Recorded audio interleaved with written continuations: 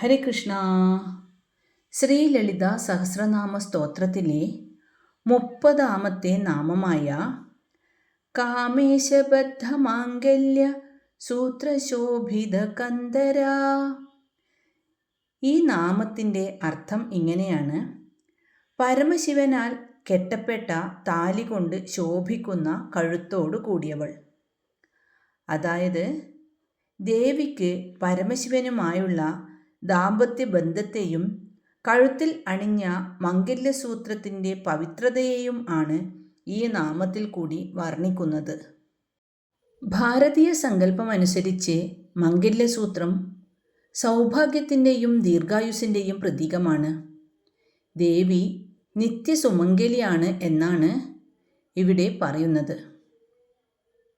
സാധാരണ ലോകത്തിൽ മംഗല്യസൂത്രം ഭർത്താവിൻ്റെ ആയുസ്സിനെയാണ് സൂചിപ്പിക്കുന്നത്. എന്നാൽ ഇവിടെ കാമേശ്വരൻ, അതായത് പരമശിവൻ, കാലാതീതനാണ്, മൃത്യുഞ്ജയനാണ്. അതിനാൽ ദേവിയുടെ കഴുത്തിലെ ഈ മാംഗല്യസൂത്രം പ്രപഞ്ചത്തിൻ്റെ നിലനിൽപ്പിനെയാണ് സൂചിപ്പിക്കുന്നത്.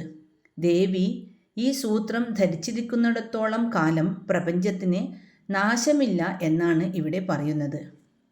ലക്ഷണശാസ്ത്രപ്രകാരം ഏറ്റവും സുന്ദരമായ കഴുത്ത് ശംഖിൻ്റെ ആകൃതിയിലുള്ളതാണ്. ശംഖിന് 3 വരികളുണ്ട്.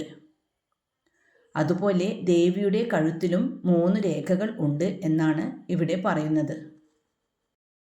ദേവിയുടെ മംഗല്യസൂത്രം പ്രപഞ്ചത്തിന് മുഴുവൻ രക്ഷാകവചമാണെന്ന് ഭക്തർ വിശ്വസിക്കുന്നു. ദേവിയുടെ കഴുത്തിലെ മംഗല്യസൂത്രം കേവലം ഒരു ആഭരണമല്ല, മറിച്ച് ഈ പ്രപഞ്ചത്തെ മുഴുവൻ ചേർത്തുപിടിക്കുന്ന സ്നേഹത്തിൻ്റെ ചരടാണ്. ശംഖിൻ്റെ ആകൃതിയുള്ള ആ കഴുത്തിൽ ഈ മംഗല്യസൂത്രം ശോഭിക്കുമ്പോൾ അത് സകല ജീവജാലങ്ങൾക്കും സംരക്ഷണമേകുന്നു. ഓം ശ്രീ മഹാദേവ്യൈ നമഃ. ഹരികൃഷ്ണ.